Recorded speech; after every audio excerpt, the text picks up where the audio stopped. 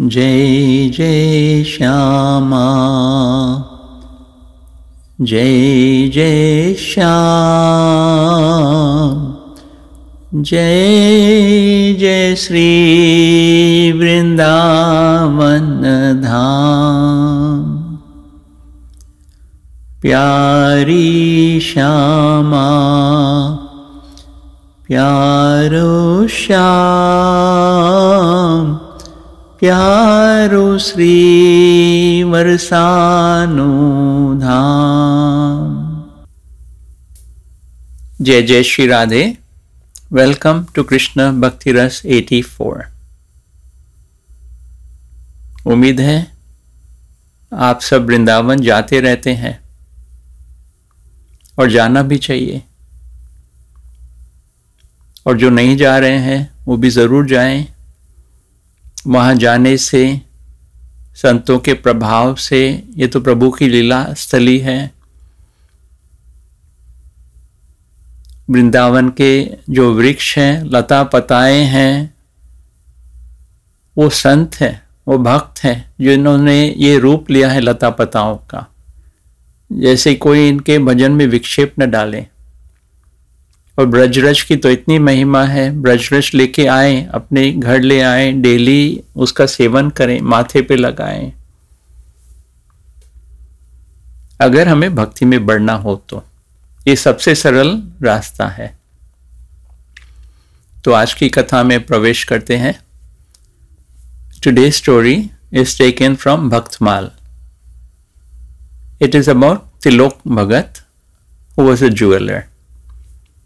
Around maybe 300-400 years ago, 500 years ago, in Indore, there was a Bhagat named Tilok, and he was a jeweler by profession. Now one day the king was getting his son married, so he needed jewelry to be made. And he called all the jewelers to come. But Tilok did not go. Why? Because Tilok Bhagat used to love to do Sant Seva. And that time he was busy in Sant Seva. And that was more important for him than anything. So all the jewelers went, and the king asked them, who's the best jeweler? Now actually nobody wanted to take that order of the king. You know why? Because the king would not pay money for it. They knew that. So they saw that Tilok is not here. They said, oh, Tilok is the best jeweler. So the king said, okay, then you can all go home. He told his soldiers to go and call Tilok. And Tilok Bhagat came, escorted by the soldiers. So the king told him that my son is getting married in a few months, and I need this jewelry. He made a list and gave him. And he gave him 0.5 kilo of gold. That now you make the jewelry. So Tilok bought it, brought the jewelry, he brought the gold to his house. Now, हमारे जो लीलाधारी है श्री कृष्ण, तिलोक के आराध्य, he decided to play his leela. So he sent more and more saints to Tilok's house. And when saints come, Tilok would of course do Sant Seva, because he loved doing Sant Seva. So where was the time to make jewelry? And more saints kept coming and coming. Now 2 weeks were left for the wedding. The king told his soldiers, go and check on Tilok. Is he doing okay? So they came, and Tilok said, yes, don't worry, I'm making the jewelry. But he had not even started. तो अब क्या होना था?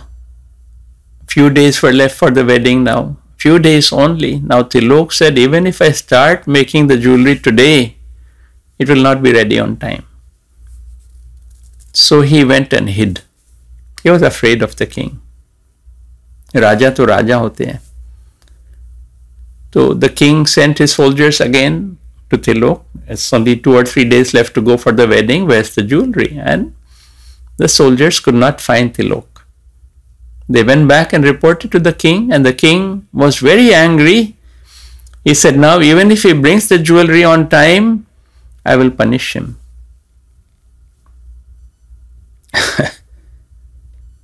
लेकिन भक्तों को कोई punish कर सकता है क्या? जिसने लीला की है वही तो रक्षा करेंगे ना। तो शादी अगले दिन होनी थी, उससे पहले जो रात 8 बजे रात को प्रभु ने त्रिलोक भगत का रूप लिया और राजा के पास गए। तो राजा तो बहुत गुस्से में बैठे थे। हाँ, मैं तुम्हें पनिश करूंगा, ये करूंगा, वो करूंगा। तो जो प्रभु थे त्रिलोक के रूप में, उन्होंने कहा राजा रुको, पहले जो ले आया हूं मैं जवाहरात, उसे देखो तो। राजा ने देखा और अचंभित हो गए। He was really taken aback to see that kind of jewelry, that fabulous jewelry. And he forgot his anger and said, I will give you 2,000 rupees. And 2,000 rupees in those days, it was जैसे आजकल के 20 लाख ऐसे ही कुछ होगा। तो प्रभु 2,000 लेके गए और राजा तो खुश थे।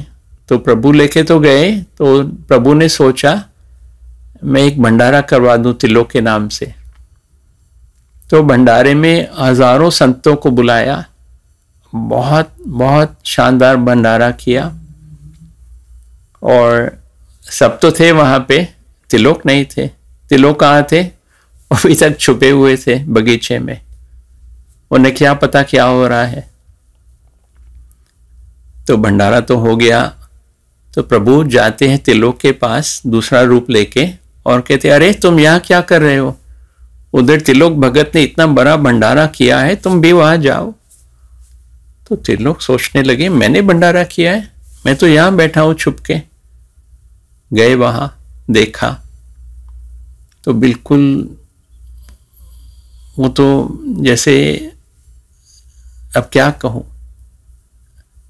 इतने सरप्राइज हो गए देख के कि घर में भंडारे की सामग्री रखी थी और जो आधा किला सोना दिया था राजा ने, अभी तक वहीं था। फिर तो समझ गए ये किसकी लीला है, समझ गए, रोने लगे। हे प्रभु, आपने ही मेरी लाज बचाई, आपने मेरी लाज रखी।